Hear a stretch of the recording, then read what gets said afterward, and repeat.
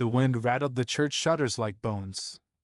Inside, the pews were empty save for one figure hunched near the altar. A young woman knelt on the splintered boards, her dress torn at the hem, her hands clasped tight, as if prayer alone could hold her together. Tears streaked her dirt-worn face. Her whisper was broken, raw, "I'm nothing." The sound carried through the hollow room, swallowed by echoes. From the doorway, a pair of boots hesitated. Dust trailed off a wide-brimmed hat as a man stepped into the gloom. The cowboy wasn't one for churches, hadn't been in one for years, but something in the sound of her voice had stopped him in his tracks when he passed by. He didn't speak right away. He let the silence settle, heavy as the desert night outside. She flinched at the sound of his spurs, wiping her face with the back of her hand, trying to gather the pieces of herself. "I'll give you my name," the cowboy said finally, his voice low, steady. Her head jerked up, eyes wide and wild. She stared at him as though he'd spoken in a language foreign to her. "Why would you say something like that?" He shrugged, leaning against the doorframe, the faintest shadow of a smile breaking the solemn lines of his face.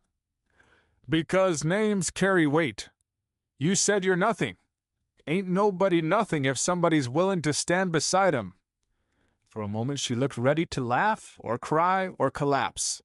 Her shoulders shook with the weight of her silence. The cowboy let the moment breathe, his gaze roaming the empty church, the cracked walls, the shattered stained glass, the ghost of faith lingering in dust. He'd seen men kill each other over names, and women branded with shame they hadn't earned. He knew the hollow ring of self-loathing when it crossed someone's lips. Outside, a coyote yipped. The desert night was falling quick, and the last blood of the sunset streaked red through the broken window pane. She drew in a breath, steadying herself. "You don't know me. You don't know what I've done." "No," he said, stepping further into the light of the altar. "But I reckon I can find out." Before she could answer, boots scraped outside the church. Not just one pair. Several. The cowboy's hand drifted toward his holster. And in the silence that followed, a man's voice called from the shadows beyond the door, "Send her out." The demand hung in the air like smoke. Miriam, he would learn later that was her name, froze where she knelt. The tears on her cheeks caught the lantern light. "They found me," she whispered, voice breaking. The cowboy didn't move. His hand lingered near his revolver, but his eyes stayed steady on hers. "Who are they?"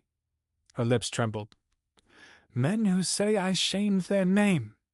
Men who think a woman alone's easy to bury." Outside, boots shuffled in the dust. A fist hammered the church door. "We ain't waitin' all night. Send her out, cowboy. Ain't your business." The cowboy's jaw tightened. He could step aside, let her walk out and meet whatever justice they claimed. That would be the safe thing, the easy thing. But he'd seen enough of the easy things. Easy things build graves in this country. He turned back to her. "If I stand, they'll come through me to get to you. You want that?" Her eyes searched his face, desperate, unsure if she should trust a stranger who spoke so calm with death at the door. "Why would you risk it?" "Because you already said you're nothing," he murmured. "And I don't believe it." The pounding came again, harder. The men outside muttered among themselves, their voices thick with drink and cruelty. Miriam's fingers twisted in her skirt. Every part of her told her to run, to hide, to give up. But when she looked at the cowboy, something in his stance, firm, unyielding, like a man carved from the desert itself, made her cling to a shred of courage she thought she'd lost. Her answer came in a whisper, "Don't let them take me." That was all he needed. The cowboy stepped toward the door, boots grinding against the boards, each step echoing like a drumbeat. He set his hand firmly on the handle, not to open it but to bar it shut. "Gentlemen," he called, his voice steady, "this church ain't your courtroom, and she ain't yours to claim." A hush fell outside, broken by bitter laughter. "You don't know who you're standing against, friend." "Don't need to," he said. Then came the sound of steel, guns being cocked. Hooves shifting restlessly, more men gathering. The cowboy felt it in his bones. This wasn't going away with words. And as the first bullet splintered the church door, the war for her life had begun. The crack of the bullet tore through the silence, splinters raining from the wooden door.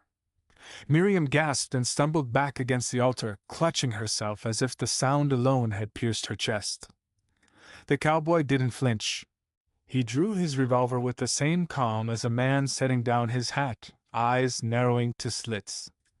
Through the jagged hole in the door came the orange glow of lanterns, shadows of men shifting restlessly.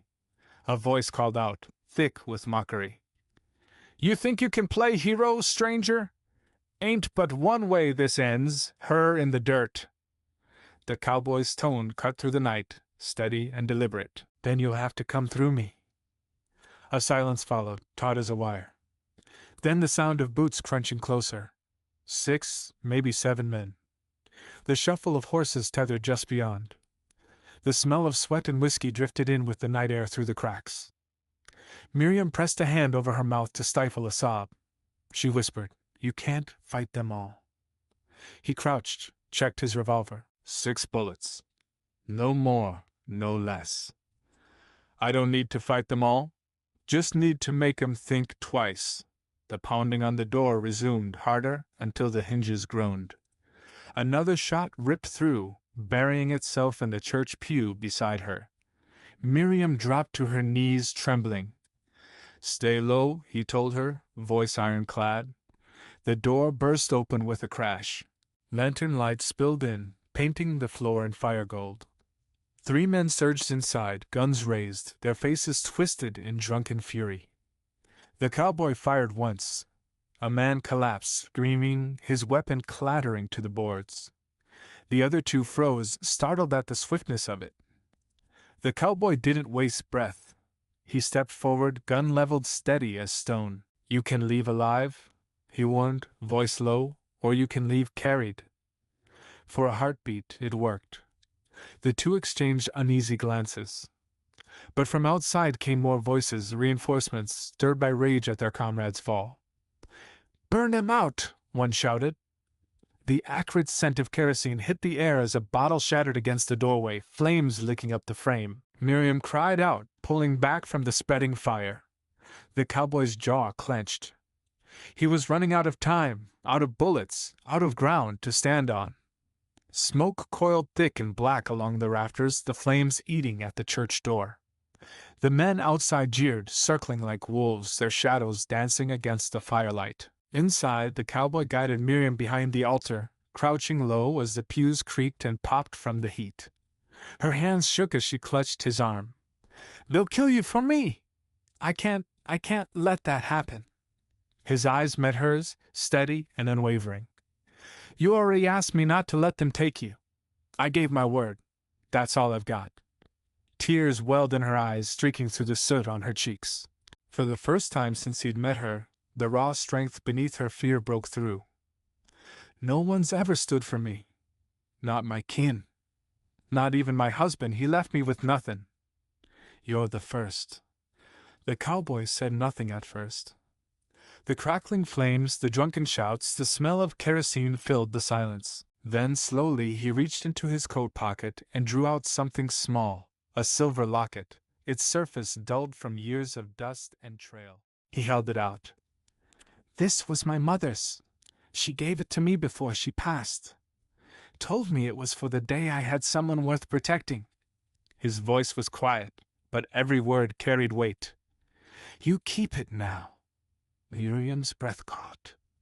She stared at the locket in her palm as if it burned, then looked up at him. "Why me?" His gaze softened, though his body stayed rigid with readiness. "Because you said you're nothing." "But I see someone who's still standing, even after the whole world tried to break her." "That ain't nothing." "That's everything." The locket trembled in her grasp. Slowly, she closed her fingers around it, clutching it to her chest as though it was the first anchor she'd ever been given. A quiet fell between them, not the silence of fear, but something deeper, more human. For a moment the flames seemed distant, the voices outside muffled. Then a crash shook the wall as a beam fell, sparks scattering across the floor. Miriam flinched, gripping his sleeve. He rose to his feet, gun drawn, shoulders squared. "We've got one way out. Through fire or through them?" Her eyes widened, the locket glinting at her throat. "Then I'll go with you." The cowboy gave a single nod, and as the mob's torches closed in, the two of them stepped toward the coming storm together.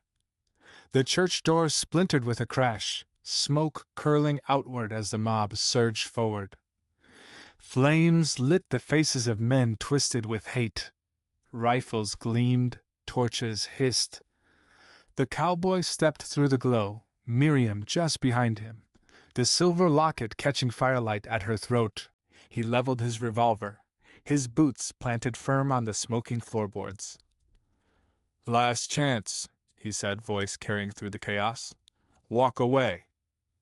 For a heartbeat, no one moved. The mob muttered, emboldened by numbers. One man spat into the dirt. "She's a witch! Desert don't want her! You hand her over, cowboy, and maybe we let you live." The cowboy's jaw tightened. "You ain't judge, and you sure ain't God. She stays with me." Then everything erupted. Shots cracked, glass shattered, smoke belched from the burning timbers. The cowboy fired quick and clean, dropping the first man who raised his rifle. Miriam ducked low, gripping the hem of his coat like an anchor while he stood fast in the doorway, fanning his revolver with deadly precision. The mob, seeing two figures stand unbroken amid fire and gunfire, faltered. Torches lowered. The ones who'd come for blood began edging back, their rage crumbling under the weight of defiance they didn't expect. Finally, silence fell, broken only by the crackle of flames and the moans of the wounded. The cowboy's revolver smoked in his hand. Miriam stood beside him, chest heaving, but her chin high. Together they watched the mob scatter into the desert night like shadows chased by dawn. The church groaned under its own weight, fire eating the walls. He turned to her. "Time to go."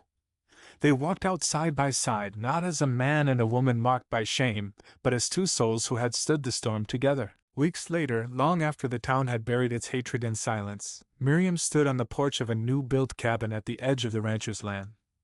The boards were fresh-cut pine, the roof still smelling of tar. She wore no longer the rags of a castaway but a plain calico dress, her hair braided neat, the silver locket resting against her chest. The cowboy came up from the corral, dust on his boots, sweat on his brow. He tipped his hat, a quiet smile tugging at his mouth. "Told you once, you ain't nothing. You got my name now." Her lips trembled, not from fear but from something close to joy. She touched the locket, then reached for his hand. Years later, when people spoke of that cabin, they didn't call her witch anymore. They called her the rancher's wife. And Miriam would remember the night of fire and shadows when a stranger stood against the world for her and gave her back her name. Final shot line, a rocking chair swayed gently on the porch of the cabin, empty but waiting, as the prairie wind carried the sound of peace across the wide open land.